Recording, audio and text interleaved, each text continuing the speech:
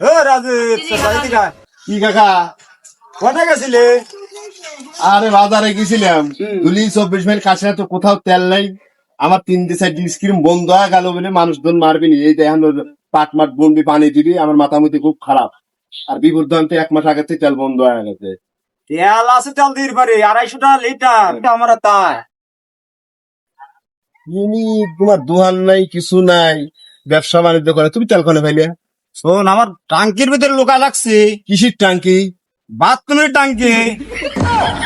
বাথরুমের টাঙ্কি তেল তুই দিছে? ওকে বাথরুমে পায়খানা প্রসাব নাই?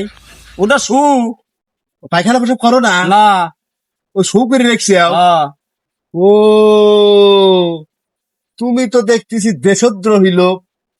তুমি দেশের সম্পদ লুকা রেখে সারা বাংলাদেশে তুমি আহাল ফালা দিছে। তোমার মতো লোকের জন্য তো আজকে আমাকে দুর্দশা। তুমি তো অরিজিনাল দেশদ্রোহী। তুমি টুপি মাথায় দিয়ে দাড়ি মারি রাখিয়ে তুমি এইরকম দেশদ্রোহী কাম করতেছে। তোমার তো আসলে জেল হাজতে দেওয়া উচিত, কিন্তু বাংলাদেশে তো এই আইন আসে কিন্তু পাস নাই। লিকশন মিক্সর বাদ দিয়ে তুই তেল নিস তাই তাতে দেখা দিচ্ছে। ও, চলো।